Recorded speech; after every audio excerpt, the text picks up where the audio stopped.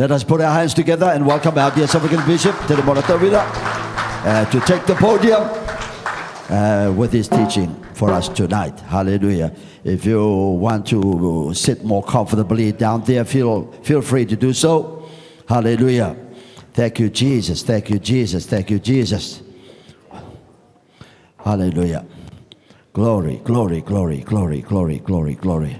What a privilege and honor to have our pastor back for the occasion of the Josephs. Hallelujah. And Mangaya is waiting to entertain him and Aitutakitu sometime this week. So without further ado, thank you.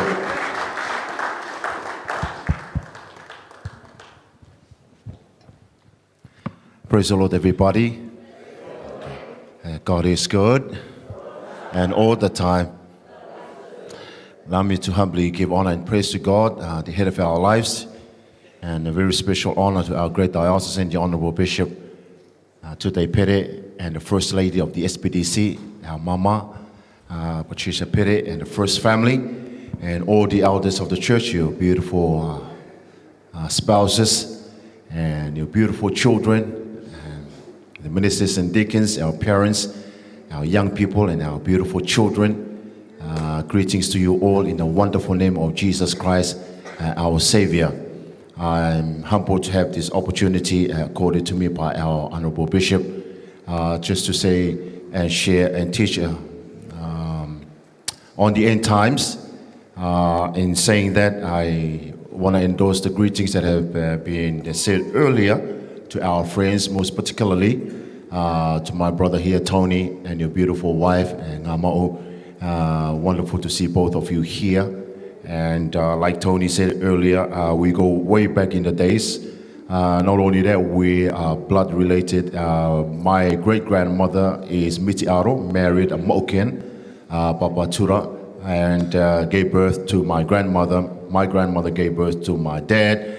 My dad gave birth to me, whether you believe it or not, he did, gave birth to me.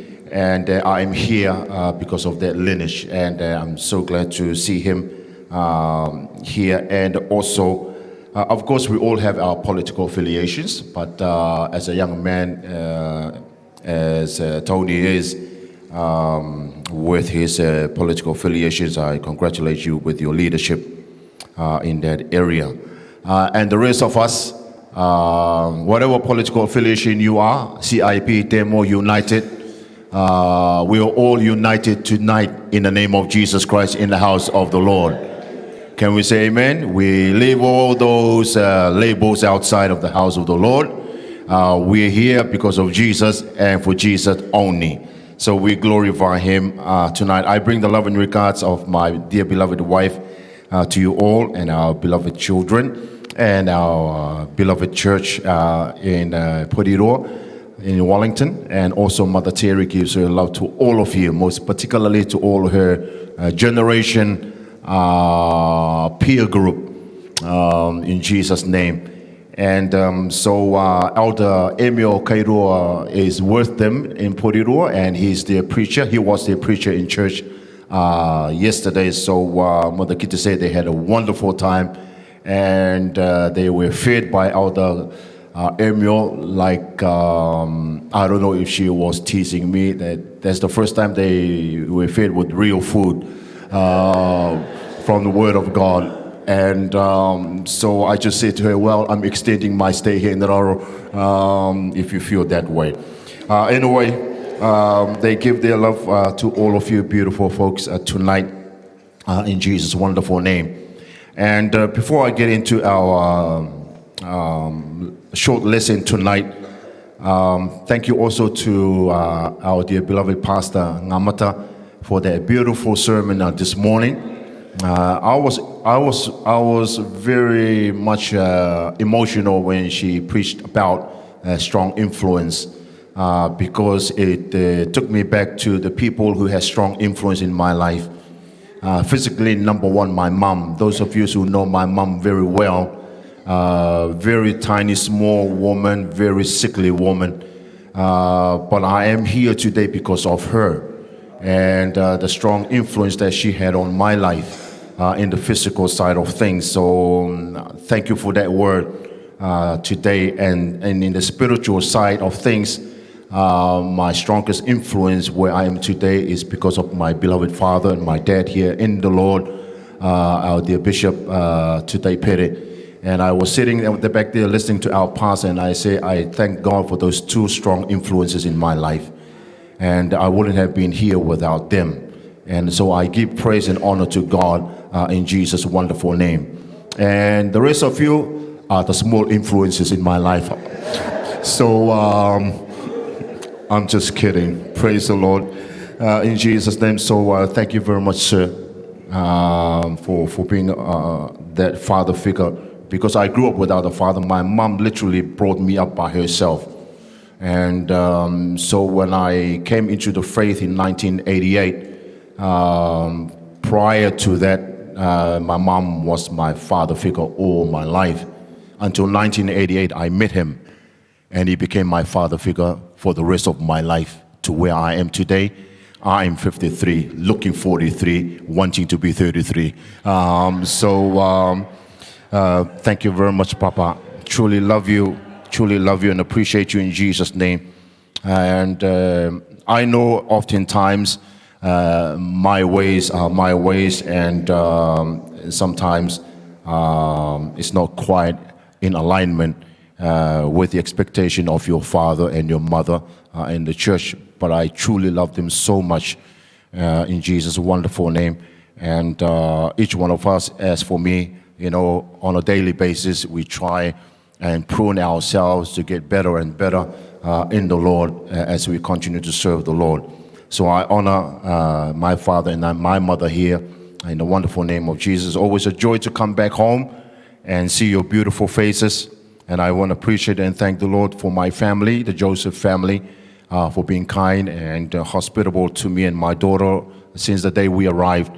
They've been looking after us, feeding us, and housing us and making us feel as if we are actually Joseph in Jesus' wonderful name. But thank you very much to Uncle Tai, Auntie Sue, Auntie Teremoana, Auntie Maine, and your beautiful spouses, and all my cousins who were at church this morning and here tonight also. God bless you real good. And appreciate also my daughter who came with me. She said to me, Dad, I want to go down. And I said, you got money? Yes, I got money, because coming one way, it's like a deposit on a house. So you go back, it's another deposit on a house. That's how expensive the airfares are. But she made her way, and she wanted to be here with her family. And appreciate her in Jesus' wonderful name. She wants to live here. We are kind of like looking around. She's going to look for a job tomorrow. Not look for a job, investigate and explore if it fits into her. And while she's doing that and looking for a house, I'm looking for a man for her. If there is any single man here in the house of the Lord, stay single in Jesus' name. So pray for her, pray for us, and then appreciate and love you all in Jesus' wonderful name. Okay, without further ado, I won't prolong us tonight, loved ones. In fact, the time now is 10 past 7. 10 past 7? 10 past 7. All right. Okay. Give me 10 past 10 tonight, and I'll hide this bell somewhere so that Bishop won't ring it. Hallelujah. Okay, very briefly tonight, loved ones, I want to touch upon something that I know most of us are impacted, because where you are and where we are in New Zealand, the cost of living crisis, the inflation, and the expensiveness of almost everything, and the housing issues and crisis that we have in New Zealand. See, as of now, the average rental for just a 3-bedroom house in New Zealand is $700. That's average for a 3-bedroom house. And if you want a 4-bedroom house, you go to $750, $800 rental. Back in the day, you know, when some of you used to live in New Zealand, it was $300 for a 3-bedroom house, you know, or $250. So it has gone so high to the point now, the issues that she raised up in terms of family violence, in terms of suicide, in terms of gang-related and the ram raids and children not going to school and so forth. So for us, when you see these things happen, and then you add on top of that, now that's just the basic stuffs in life, you know, just to get by. Then you add the COVID issue on top, and then you have the monkeypox coming in, and you got a whole lot of you know, diseases and pestilences encroaching into our everyday life. And then you have the paradigm shift in the way we live now, in terms of how we look after our health, how we approach our health, and how we look at each other in terms of our care and safety. And you add on top of that, I'm just talking about the New Zealand context in the time for the moment. The political situation that we face in New Zealand, there's a great divide. There are people who don't like our government. There are people who love our government. I think that's the same everywhere else. And the amount of protests that's happening in our country is almost like there's one every week. The increase of it and the intensity of it just builds up and builds, and the anger of people in society is kind of like just getting worse. The disrespect between races and between peoples are just getting worse, and racism is so ingrained and so visible in New Zealand. So when you go into the political realm and you see the political upheavals between parties, and that comes down to the people, that impacts people, and the way we react and the way we do things and the way we look at people, it's so different compared to 30 and 50 years ago. And I guess when you think about it on the global stage, where the Ukrainian war, you know, is still going on, and the Russian influence in that space, and then we've got these rumblings in China towards Taiwan, and the intensity of that just building up, and we also recognize the influence of the Chinese soft economic packages that they introduced into the Pacific countries, and some of these countries signing up their diplomatic ties that used to be with New Zealand or Australia or the United States. All of a sudden, overnight, the allegiances have gone that way to China, and the tenseness of what that does. And then you think about the Word of God, and you sit back and think about, does this align to God? Does this align to the Word of God? Does this align to prophetic prophecies that God has given to us 2,000, 3,000 odd years ago?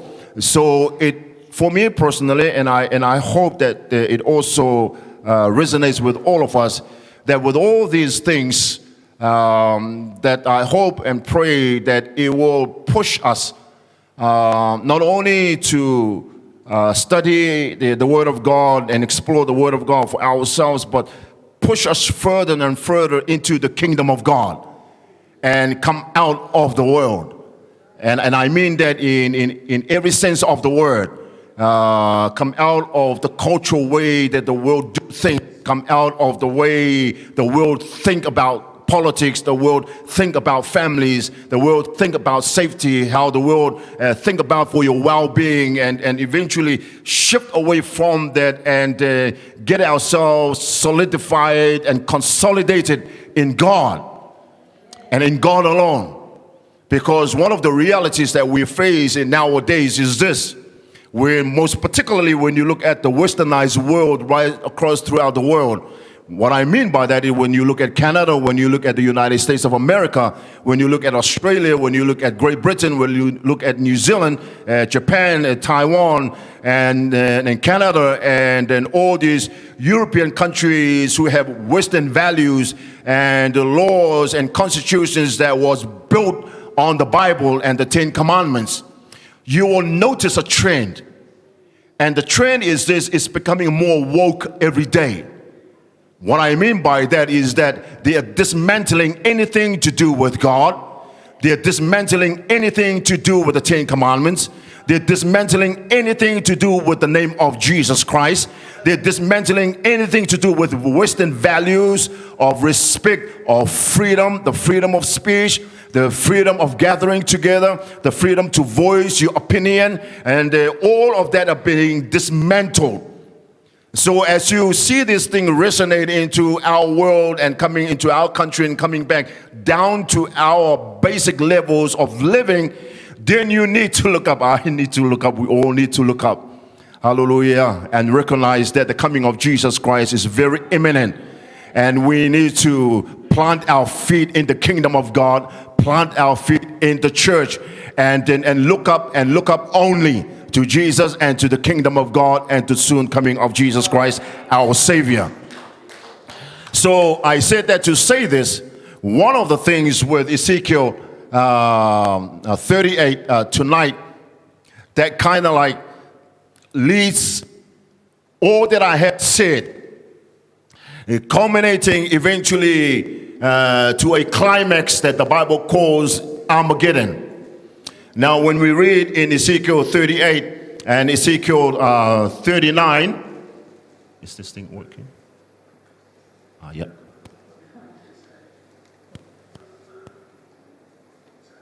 Is that connected? Okay, can you connect that to the sound? Sorry, let me go back. Sorry, we forgot to connect the sound here. Are we able to connect the sound? That's all right. We'll move on. There was a video there. I wanted to play that video. But nevertheless, let me just talk about the climax of Armageddon. Because a lot of people talk about is the Ukrainian war has any ties to the end times. Now, basically, everybody, we all know chapter 36 and chapter 37 of the book of Ezekiel, the prophet Ezekiel. We see here that the nation of Israel is restored. We talk about the valley of dry bones, and then how God brought those bones back to life, and then basically prophesying about a nation, that will go into captivity and be restored back. And we know the 6 million Jews that went through the Nazi war at the time and was destroyed and killed. And then we saw the nation of Israel restored back in 1948. And then you go to chapter 38 and 39, which we will focus on tonight a little bit. We talk about the battle of Armageddon. And then when you go to chapter 40 to chapter 48, it talks about the millennium age. Now, all of us have been wondering what happens in the millennium age. Of course, we understand the rapture comes, we get caught up, and then we come back with Jesus Christ to rule the world. But what actually happens during the millennium? Some people ask me in New Zealand, would I recognize my husband? Would I recognize my wife? Would I recognize my children, those who have passed on in the millennium age? And would we continue life as we are, go to the palace or go to America and fly? Because remember, the rule of Jesus is on earth in Jerusalem. So what will happen during that 1,000-year rule? So it's a very exciting time, and it's passages for us to explore.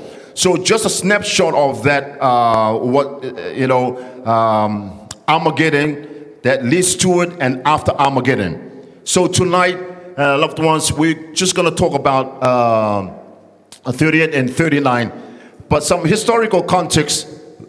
All of us know in 586, 587, the destruction of the temple in Israel. And since then, for 2,500 years, Israel has always been dominated by foreign power. We know that. And there has never been no exclusive land or government or common language for the Israelites every time they go into captivity. So when they were captive in Babylon, they would adopt the native Aramaic language of the Babylonians. So is their life, so is their existence. And since time and back in the ages, God's people, as we would know through Sunday school, they go into captivity, they come out. They go into captivity, they come out. They disobey, they go in. And they cry out to God, they come out. They disobey, they go in. They cry out to God, they were brought out. Same thing with all of us, say. When we disobey, boom, out. And when we cry back to God and confess, we're back into God. So we have that, perpetual system and process of our lifestyle. That's why we need to renew our Holy Ghost every day. That's why we need to renew Jesus Christ in our hearts every day. Because temptation is here every day. It doesn't mean you give your heart to God, baptized, Holy Ghost filled, you stay here all the time. We've got to renew it every day. And that's why we need to infill with the Holy Ghost every day. That's why we need to repent every day. That's why we need to forgive every day. So we need to be coming to God all the time, regardless and whatever, wherever you've been. Come back to God, come back to God, come back to God. Why? Because grace is still here. When grace disappears, you cannot come back to God. I cannot come back to God. So while the grace of God is in abundance in all of our lives, we need to come back to God. But don't make it a habit to go and come out and go and come back, okay? Don't make it a habit. Once you're here, stay here. Hallelujah. And serve the Lord and love God for the rest of our lives. So just a little bit of that historical context. So when they returned from captivity, they would speak Aramaic, not Hebrew. Now remember, when they went to Babylonia, they spake Aramaic, not Hebrew. Now Jesus spoke Aramaic, not Hebrew. They would be dominated by foreign powers, as I said. When you go back to history, from the Babylonians, the Mid-Persians, the Greeks, the Romans, the Byzantine, the Arabic, Islamic, the Catholic Crusaders, the Mamelukes, the Ottoman Empire, then the British Empire in 1917. And thereon, World War I, World War II, the United States of America became the world superpower. And to this day, China has climbed on board. North Korea is coming on board. Russia is coming on board. So chapter 36 and 37, we did the re-establishment of the state of Israel. Praise the Lord, everybody. Now, that's the greatest miracle ever. Now, if you don't believe in God, if you don't believe that God created the heavens and the earth, if you don't believe that God created mankind and not, evolution that came out of some organisms and popped up and they turned into a monkey and then turned into you. Now, if you don't believe in the God that created everything, if you don't believe in an intelligent designer, just look at the nation of Israel. That's enough evidence to tell you that there is a living God. Hallelujah. This is a nation that has been documented and historically and throughout the history of mankind. And when you go back to Genesis and walk through their history, you will see the handprints of an existing God on the nation of Israel. To this 1948, for 2,500 years since 70 AD, when they were dispersed by the Roman Empire and they went abroad. Hallelujah. By 1948, God brought them back as a nation. Now, that's evidence enough to prove that there is a living God, that there is a God, hallelujah, and the God of Israel.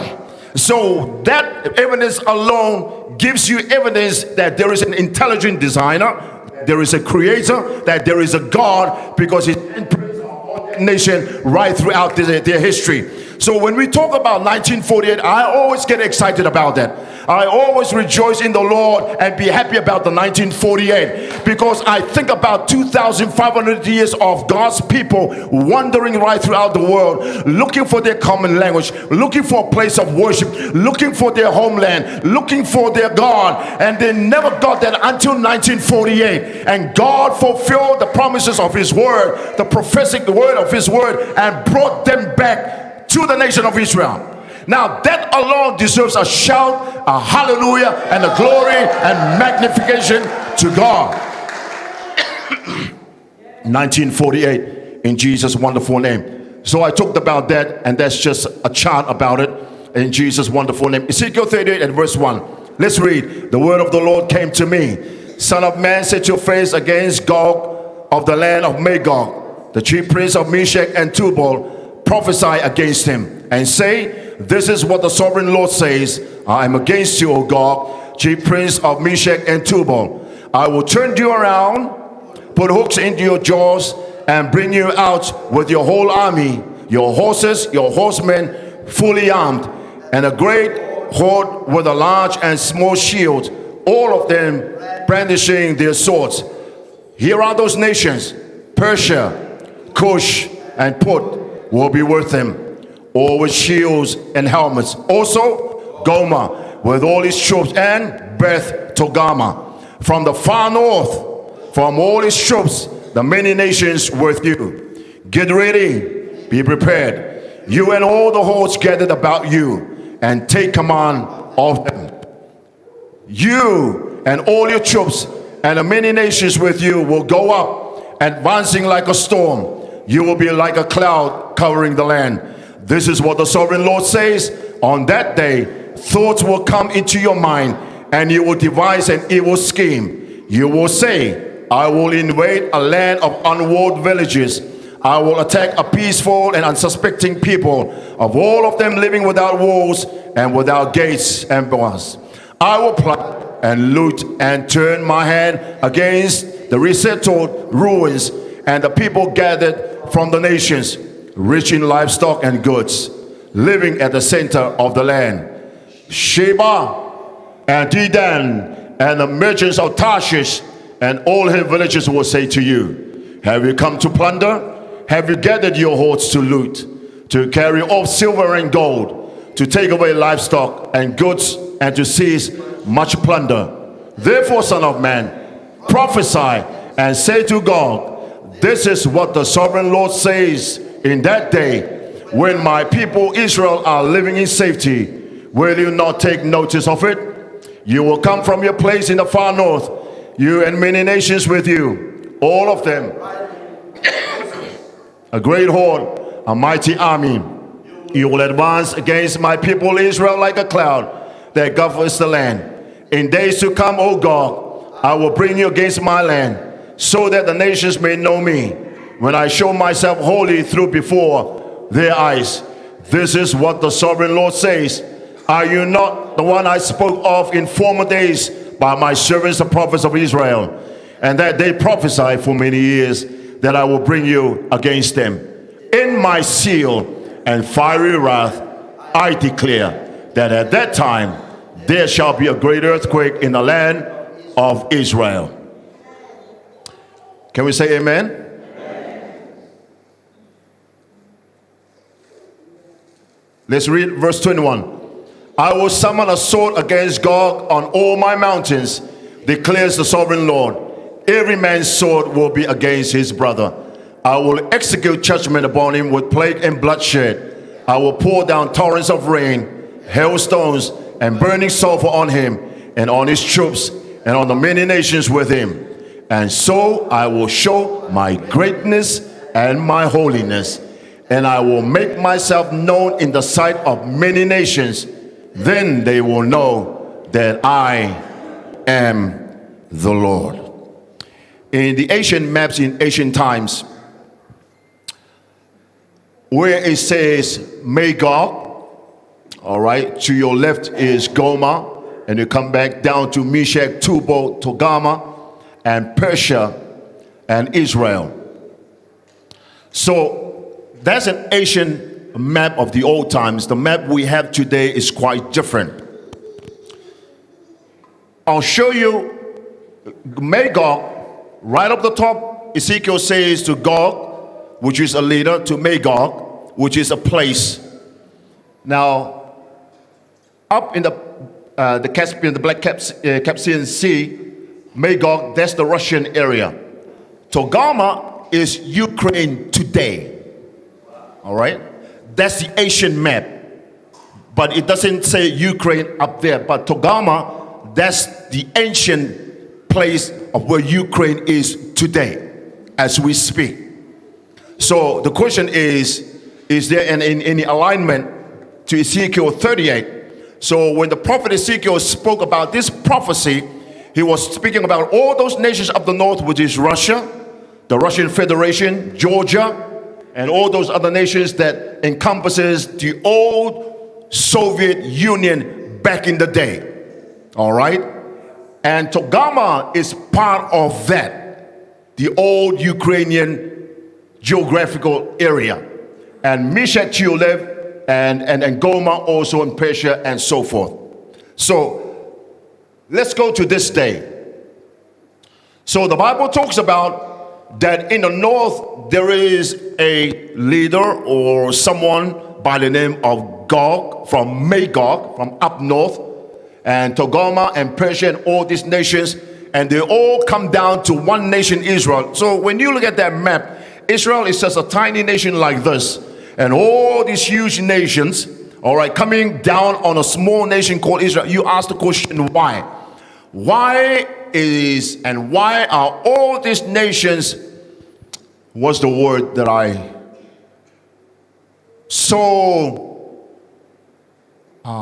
mesmerized is a nice word. What's another word for mesmerized?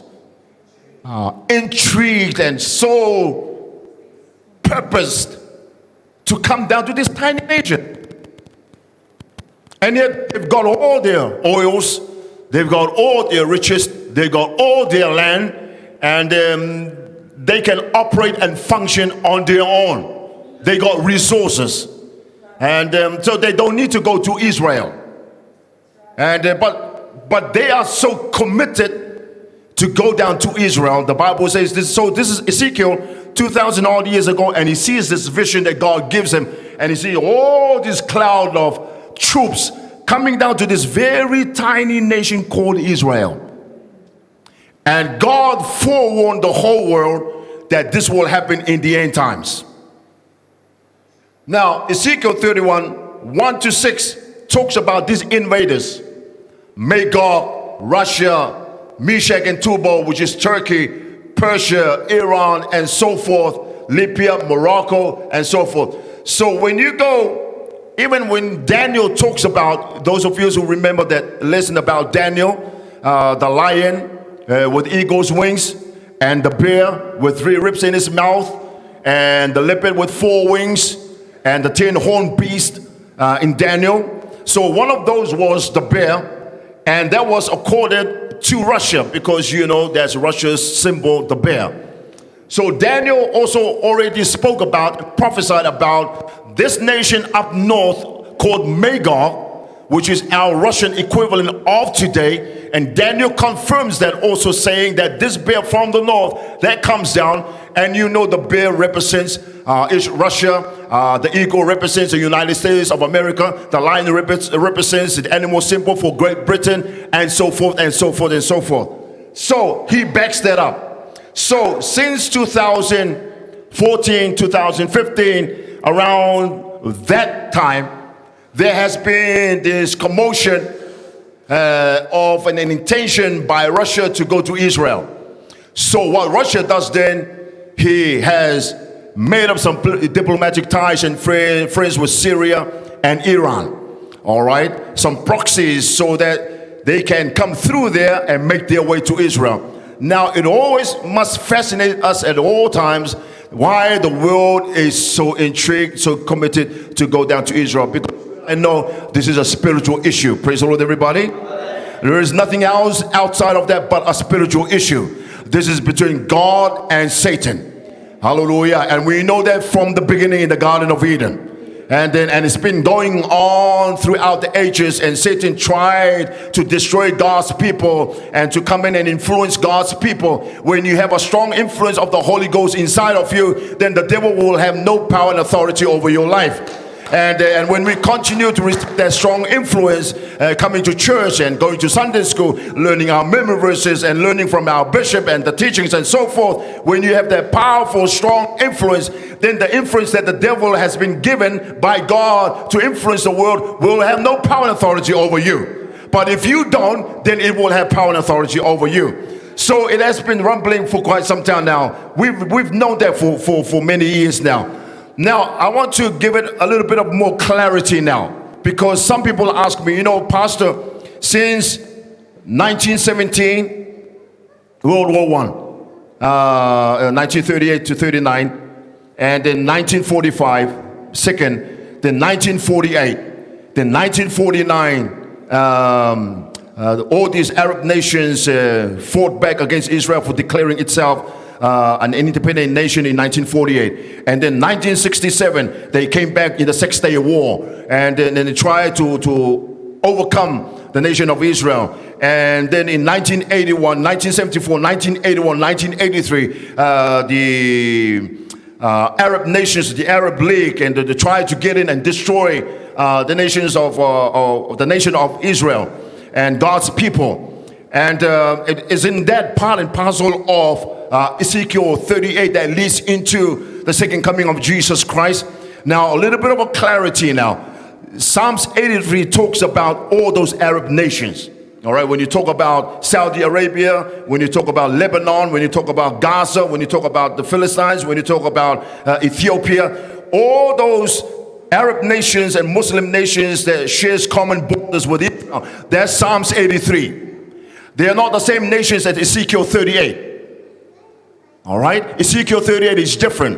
Ezekiel 38 are nations outside of Israel. Now, some of them are in there, but this is influenced by nations way outside. And the Bible talks about nations that comes from the north, from the east, from the south, and from the west. So these are other nations other than the Muslim nations, other than the Arab nations. That's Ezekiel 38. So the Ezekiel 38 war that we are anticipating to happen very, very soon in our lifetime, these are nations like Russia, like China, like North Korea, and some of those European countries like Turkey to the east, and all these nations coming down also together with some of those Arab nations in Psalms 83. So the nations that has been warring with Israel since 1917 are called the inner circle of Psalms 83. So when you go to Ezekiel 38, these are nations that comes from outside of that border. So we're talking about a Russian influence war in Jesus' wonderful name. So the difference is that the inner circle, they have different enemies to the ones from Ezekiel 38. And in Psalms 83, their motivation to go to Israel was for land. And it's still to this day. That's why Israel in 2005 gave away the Gaza back to the Arab people. And they have been having that for many, many years. So it always has been about land. But Ezekiel 38 is about the resources. Because when you read about Ezekiel 38, it's about the booty, it's about the plunder, it's about the oil, it's about the riches, it's about the resources of Israel. In Psalms 83, it talks about that the military of the Israelites will defend itself, all right, and they will destroy these armies. And history has proven that. Most particularly in 1967, the Six-Day War. No one else came in to help Israel. The United States didn't come in. Great Britain didn't come in. Canada didn't come in. In Psalms 83, the Bible talks about, prophesies that Israel's army will defend itself. So Israel defended itself in 1967 with no outside help. So that has been prophesied in Psalm 83. Whereas when you compare to Ezekiel 38, Ezekiel 38 says that the army of Israel will not defend itself. The United States will not come in and defend Israel. Great Britain, the European, the United Nations will not come in and defend Israel. You know who will come in and defend Israel? God. God will come in. How do we know? Ezekiel 38 talks about earthquakes. God will cause natural earthquakes, hallelujah, and fire from heaven and destroy all these armies, hallelujah, that will come to Israel and take over Israel. So that's the huge difference.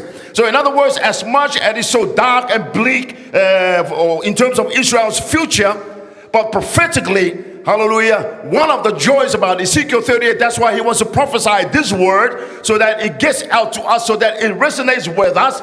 That's why we need to pray for the peace of Jerusalem, and then we all understand and know that at the end of the day, the US, the European Union, the United Nations, anybody else will not come in. Who will come in? God will defend its people. God will defend its land.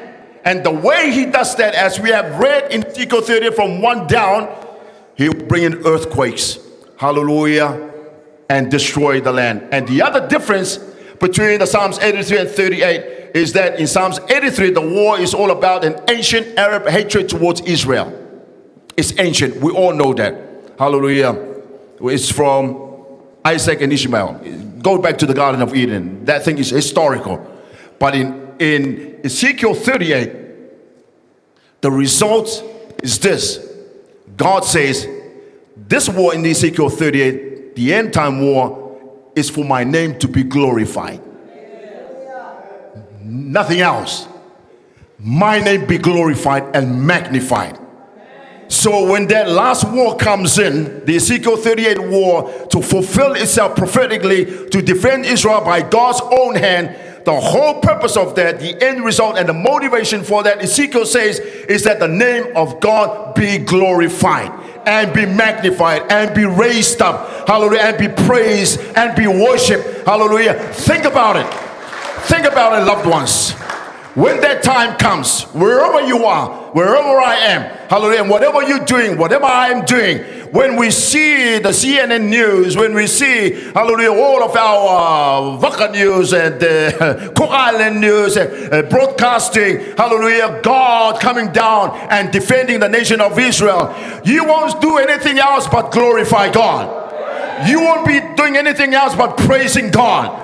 In fact, when you are in the plantation and you are out in the field, you are at work, we should all find our way to the church of God to give God some praise and glorify God and sing some songs to the Lord, because this is a moment in the history of mankind, never ever to be repeated ever again. Hallelujah. Not only you in the Cook Islands, us in New Zealand, those in Australia, and everywhere else. There are over 1 billion Christians right throughout the whole world will be rejoicing together with God. Because what we need to do is lift the name of Jesus high and magnify, glorify, because of the victory that God has given to his people and to his people alone. So that's the huge difference. So God, as the Bible says, simply means a high exalted chief or prince, a powerful leader. Now, when you look at these leaders, Putin, he's a naughty boy at the moment. He's really threatening the world with nuclear war. We all know that. It's been in the news. And that threat has intensified to the point now, in alliance with China, the Chinese government has become so bold and so courageous now because of what Russia have done to Ukraine, because NATO hasn't come in to defend Ukraine. US hasn't come in other than to supply arms, but that's not real help. That's not real. They need boots on the ground. But in regardless of that, the courage and the motivation for Putin now to defy the world powers and the world nation and defy the United Nations and defy the United States of America has become so emboldened now, to the point that China is emboldened by that emboldened. Does that make sense? China is emboldened by that emboldenment. To the point, you know, when Nancy Pelosi flew in to Taiwan, they circled their aircrafts around and threatened to shoot her one down. You know, and they couldn't care less anymore, because they see the United States as weak, very weak in terms of military. policy. They have the nuclear armament, but they don't have the willpower yet. So they're so emboldened now. North Korea is so emboldened now to the point, like I said earlier on in my monologue, that China is so bold now in the Pacific. So bold. They couldn't care less about New Zealand and Australia. This is our natural habitat. It belongs to us. New Zealand and Australia, diplomatically. China just boom, comes in. And you know, Solomon Islands have just signed in with over $100 million to install Huawei in. And so, you know, you're almost selling your soul. And the reason I say that very strongly, because God is against this spirit, and it's a communist spirit. We are a democratic society here in the Pacific, and we live by Western values, and that has been built on the 10 Commandments of God. And for this spirit just to come in easy and not afraid, and they are not afraid, because if you make war with them, what will they do to you? Just press one of their missiles. Just press one of those buttons and send it to your island. You think they'll be scared of you? You think they'll be scared of New Zealand and Australia? No, they won't. You think they'll be scared of the United States? Well, they are not scared of the United States as we speak. They are not scared about the United Nations. They are not scared. They're emboldened. Now, you know what the Bible says? I'll put hooks into your mouth and draw you out. That's what emboldenment means. And I will embolden you to the point I will put those hooks in and drag you to my land, to Israel. So there is always a bigger picture to this. While they go and dominate the whole world, we talked about the 4 horses: communism, capitalism, Catholicism, and also Islamism. We talked about that. One of those horses, the red horse, that rules the whole world. Hallelujah, in Revelation 6. And all of that culminates, as you and I know, only have one direction. Only have one direction. From the north, the kings of the north, Ezekiel. From the south, the kings of the south. From the east, the kings of the east. And from the west, the kings of the west. All of them culminates into one place. Who? Israel. Nowhere else. You would think they will go to the Antarctica and congregate there and have their war there. No, but they come to this very tiny nation, the size, almost the size of, I think, New Zealand. Very tiny nation. Just to destroy Israel. But it's a spiritual thing, as we all know. Hallelujah. So God could be one of these leaders. It could be Putin. It could be the president of Syria, or the president of Turkey, or the president of Iran. One thing they all have in common, one thing, is that they are all friends. All right? They're all friends. Now, and one thing also they have in common, Ezekiel talked about them. Ezekiel talked about Magog, Tubal, Meshach, Turkey, Togarmah. Ezekiel spoke about them. And Ezekiel said this will take place in the end of times, just prior to the coming of Jesus Christ. Just another timeline there. And I talked about the 4 horses in alignment to Ezekiel 38. And this is that horse, the red horse, communism. And that's what communism is all about, Russia, and so forth. So their intended victim is Israel, in Jesus' wonderful name. But here's one interesting thing, I'll just finish it off here. One interesting thing with all of these nations culminating to Israel, as we foresee in the near future of this Armageddon war that will take place, also recorded in Revelations 19. One of the interesting things about this prophecy is that there were people on the sidelines moaning. And Ezekiel said, when all these nations come to destroy you, Israel, there will be other people on the sidelines moaning about it. And he named those nations: Sheba, Dedan, the merchants of Tarshish, and their young lions. Now, very quickly, we've read that throughout the scripture. Sheba, Dedan, and the merchants of Tarshish and their villages, have you come to plunder? Have you gathered your hosts to loot, to carry off silver and gold, to take away livestock and goods, and to seize much plunder? So this is what Ezekiel is saying. While Russia is coming into Israel, and Turkey and Iran, and all those other nations coming down, and China, and in alignment with Russia because they're friends, and North Korea because they're friends. As they come to Israel, here's the people saying, Putin and you guys, why you guys come to Israel for? Are you here to take away their resources, their gold, their silver, and their oil, and so forth? So they are complaining and moaning. They don't do anything. They're just moaning and complaining. And they won't send their army in. They just stand on the sideline. And it's very interesting as we go on to identify who these nations are today. All right? Sheba Dedan and the oil, as we all know, in those places.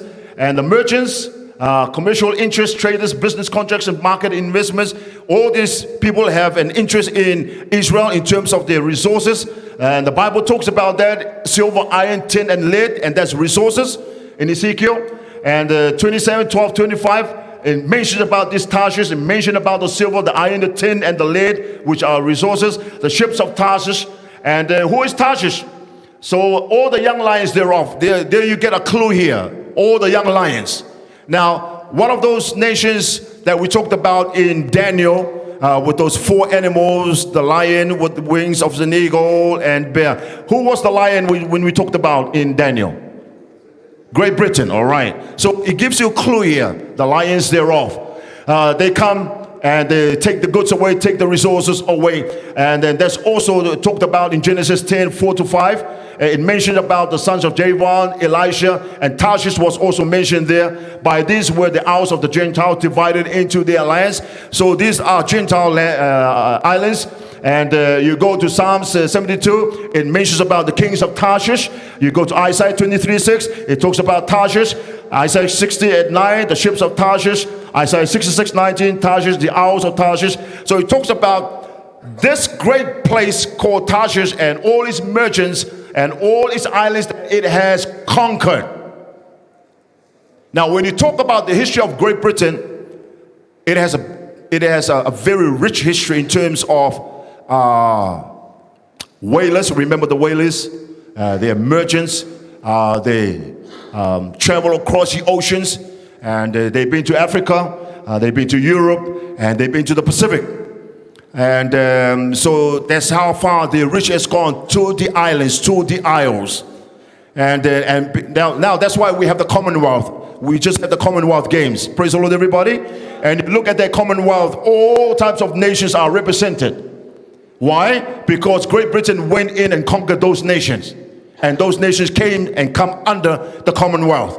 So when you talk about the power of this nation and the power it does, and even when it comes to the gospel, where did the gospel come from? From England, all right, London Missionary Society. And it went through the whole of the Pacific. Next year, we have the 200 on my homeland, Atu. We have the 200 on my homeland, Moke. We have the 200 on my homeland, Mitiar. All right, that's the gospel that came down. That's the Tarshish. That's Great Britain influence. And we go to Tonga, you go to Samoa, you see all the influences of this Tarshish nation that the Bible talks about. And the young lion, it gives you a bit more confirmation of that in Judges 14 verse 5. Britain, the Tarshish of the Bible. And what is the animal symbol? Lion. And it talks about in Daniel. Daniel mentions about the lion. There, the lion, the eagle's wings. And those four beasts in Daniel 7. And then also talks about in Revelation 13. And that Tarshish and its merchants, they sail from nation to nation right throughout the whole world. Now, the young lions also included in that, because we know the eagle's wings is an animal symbol for who? The United States of America. 1776, they broke away from the lion. Remember, United States of America came from where? From England. All right? 1776, they broke away and declared independence. And that's the eagle coming out of the lion in Daniel chapter 7. So what this implies, the possibility of these folks, United States of America, Great Britain, Canada, Cook Islands, New Zealand, Samoa, Australia, all we're going to do is look at that war. We're not going to do anything. And just post our diplomatic complaints via the United Nations and complaining to Russia and complaining to their ambassadors. You guys shouldn't be going to Israel. That's not your resources. That's not your silver tin and so forth. You guys get away from that. And that's all we're going to do. But guess what? God doesn't need all of us. God will act on his supernatural, supreme, sovereign power to rescue and save the nation of Israel. Hallelujah. Praise the Lord, everybody. What we need to do is keep praying for the nation of Israel. What we need to do is keep loving Israel. What we need to do is keep supporting. That's where we come in, where the Bible says pray for the peace of Jerusalem.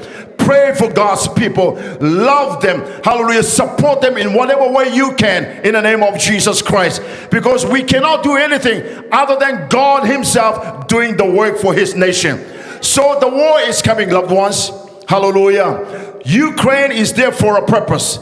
Russia is there for a purpose. Putin is doing that thing for a purpose. Hallelujah. And it has to fulfill itself. Now, I don't like war. You don't like war. We don't like killing. You don't like killing.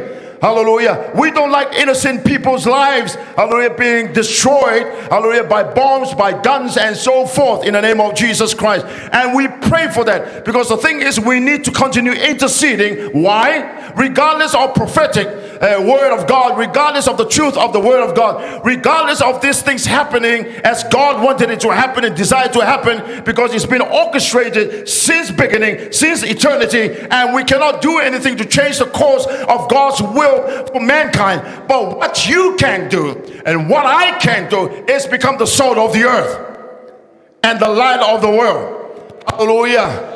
What we do is the salt of the earth, bring flavor to the atmosphere. Hallelujah. Bring taste, hallelujah, to where there is tastelessness in the lives of people.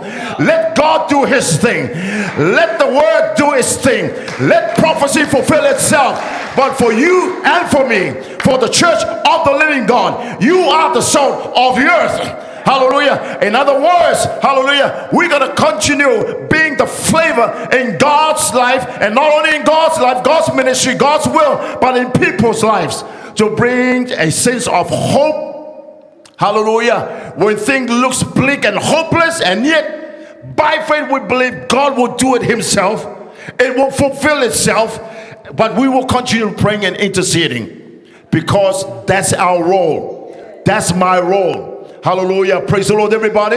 And the light of the world sit on a hill that cannot be hid. Continue shining the light of God in your life, wherever you are, at work, at school, down the street, in the marketplace. Hallelujah. Wherever you are, shine for Jesus. Shine the light of the word of God, hallelujah, to people's life. Let's continue doing the evangelism work. Leave God to do the prophetic work.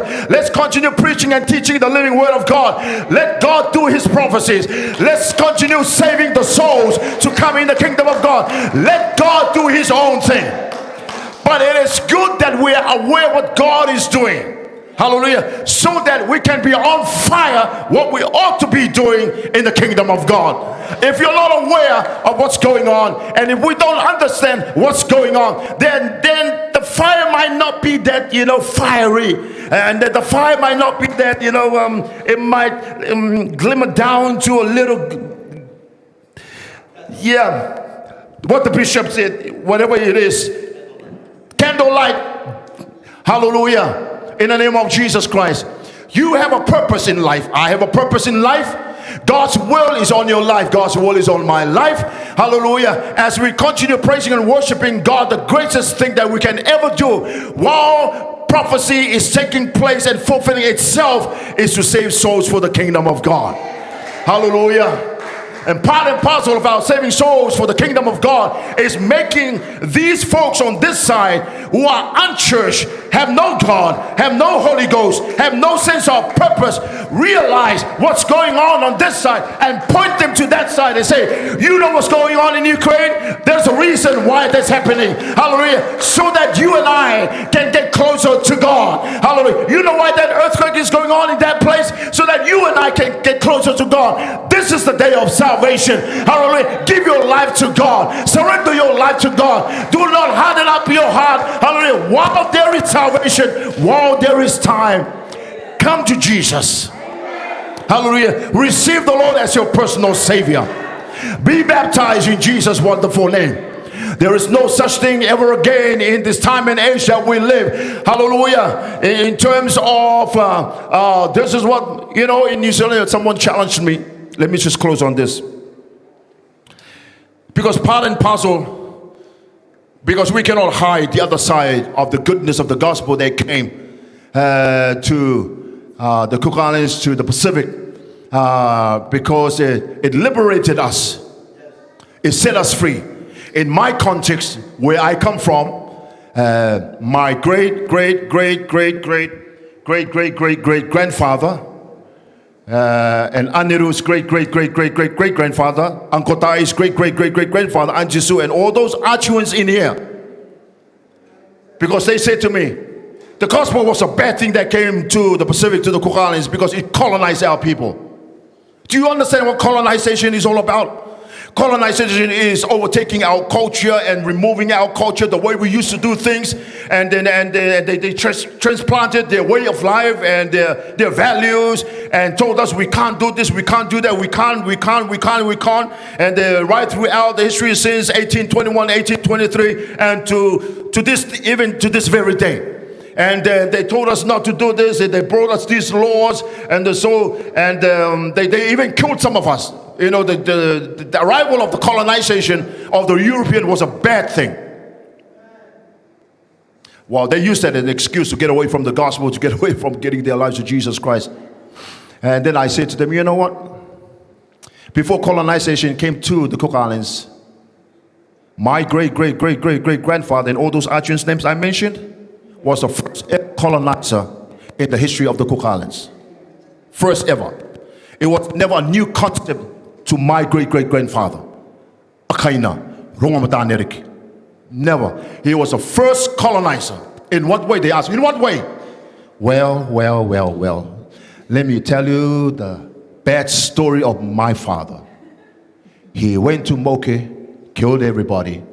Hallelujah. And transplanted Ngachi Nuro, Ngachi Tauira, Ngachi Parorang, and put it in Moke. Then he went to Mitiaro, did the same thing. Hallelujah. Colonized that island, transplanted Ngachi Nuro, Ngachi Tauira, Ngachi Parorang into Mitiaro. When you go there today, they still talk about that. Those three tribes are still there. I won't tell you about the depths of what my great grandfather did to them. But if he was still alive today, he won't make it to the kingdom. He will never make it to the kingdom of God. If he was alive today, our job is to save his soul because of what he did. So don't tell me and bring me this colonizing thing from the European. No. My father was the first one ever in the history of the Cook Islands. You go throughout the whole Cook Islands, he was the first and the only one. No other nation did that. No other island did that. Aitutak didn't go to any other island and colonize it. Pukapuka didn't come to another island and colonize it. No. Rongamataneriki did that. I can say that because he's my father. You can't.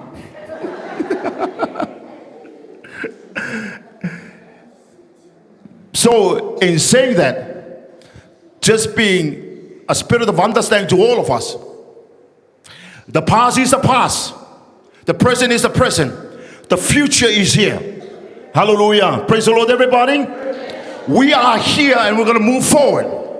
Leave everything behind. Praise the Lord, everybody. Hallelujah. If you feel like you've been colonized by somebody, come to Jesus to decolonize that colonization in your life. Hallelujah. And let the kingdom of God come into your heart. Let the kingdom of God come into your life. Hallelujah. And you have a new king called Jesus. Not Rongamatan anymore, but Jesus Christ, our Savior. And let Jesus move you forward. Hallelujah. And escape, hallelujah, that war to come and make it to the kingdom of God and come back and reign with Jesus Christ as prince and princesses, heirs and joint heirs, hallelujah, with the King of Kings, and his name is Jesus Christ. We're living in exciting times, loved ones. I don't know about you. I'm very excited. Hallelujah. If there's another word that pop up tomorrow, I will be excited, because I know Bible is fulfilling itself, and I know where I stand, and I know what that will do to me. It will stir up my heart, hallelujah, to tell my wife, hallelujah, wash my feet every day and love me every day and cook for me every day. Hallelujah. If you do that, God will bless you with a beautiful house in the mansion of God. No, I'm just kidding. Hallelujah. Is this live? Oh, she's watching. Sorry, my darling. Hallelujah. In Jesus' wonderful name. But in saying that, loved ones, hallelujah, what I want to say to all of us today now is this. The Bible is true, it's never a lie. The prophecy is true, it's never a lie. If you believe in God, all right, God will never lie. When God says these things will happen, these things will happen. Hallelujah. But the church of God, that's where Bishop's concern is. That's where my concern is. That's where Mother Peter's concern is, and all of our leadership. Hallelujah. That we stay on fire for Jesus all the time, 24/7. Hallelujah. The attack of the devil nowadays, hallelujah, compared to 30, 50 years ago, cannot ever be compared, like my daughter was saying. Hallelujah. Is in your face all the time. You go to Facebook, it's there. You go to Twitter, it's there. Hallelujah. You go to the atmosphere, it's there. You go to the stratosphere, it's there. You go to the other sphere, it's there. Hallelujah. Whatever sphere is out there, hallelujah, it's there, it's everywhere. You look to your right, hallelujah, it's there. You wake up in the morning, there with you, it's in the morning. Hallelujah. In Jesus' wonderful name, just lay hands on him and just pray, Lord, this is Gog of Magog. Let your, hallelujah, touch him, oh God, and change him. Hallelujah, so that we may have a peaceful life today in Jesus' wonderful name. So be encouraged, loved ones. Today is the day of salvation. The whole combination of what this is all about, that's just a snapshot I'm giving to you. But what that does is that, hallelujah, part and parcel, in fact, the most important thing for all of us is evangelism. God gives us a prophecy for evangelism. Hallelujah. You can't depend on a bishop to do all the evangelizing. You can't depend on Mother Peter to do all the evangelizing, all our elders. We all have a place. We all have a place in the kingdom of God. It is your duty, my duty. In fact, you are accountable. I am accountable to the will of God, to Jesus Christ, our God, to save as many souls as we can and usher them into the kingdom of God. Your calling is to empty hell and populate heaven. And the only way we can do that is evangelism. It can be personal evangelism, family evangelism, church evangelism, work evangelism, at the beach evangelism, everywhere evangelism. Hallelujah. Praise God for these souls that was baptized the other day. Hallelujah. Mr. Leda and your beautiful wife. That's evangelism work. You know, we were at home, we were watching the live at the Nickel Beach because the thunder came, the lightning came, the rain came. Shall we go? No, the thunder is here, the lightning is here, the rain is here. But behold, when we went on live, Bishop was at the beach. I felt so guilty. Hallelujah. That Bishop was standing on the beach and the wedding was going on. In the name of Jesus Christ. That's what you call evangelism. What I did was unevangelism. And it was beautiful. It was encouraging. I was so blessed. And then, I said, wow, I should have known better. I should have known my Papa better. Hallelujah. Come hailstorm, it will still go ahead.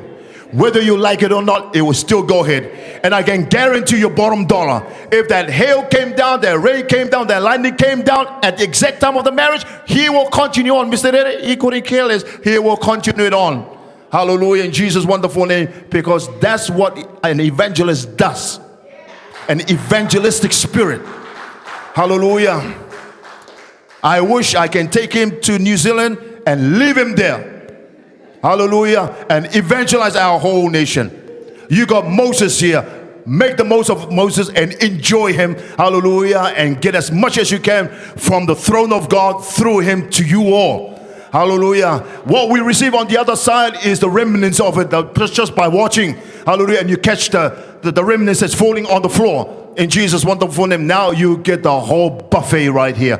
And it's a beautiful, beautiful, beautiful, wonderful atmosphere to be in. Hallelujah, in Jesus' wonderful name. So give it up for our greatest evangelist of the SPDC, the Honorable Diocesan, the Honorable Bishop. I'm here because of him. All right. And also my mom. And I honor him tonight and appreciate him. And say to my papa and my mama, yeah, I love you both in Jesus' name. Sometimes it is the straight road going that way. I kind of like go this way and come back, and go this way and come back. Hallelujah. But they still love me, full of grace and mercy. Hallelujah. So much forgiveness. Hallelujah. And that's what parents do, eh? And that's why we are blessed with good parents. In Jesus' wonderful name. In saying that, God bless you all, appreciate you all. Thank you for this moment to share with you the word of God. Amen.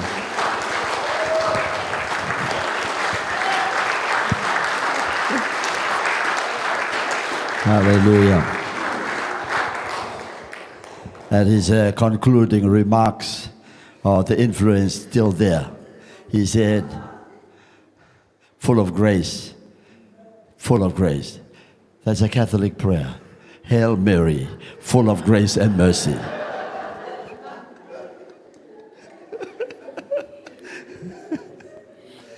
Let me ask, just bring Luke. Hallelujah. Luke 21:28, please. Just to conclude and capture the core of the delivery message tonight. Luke 21:28.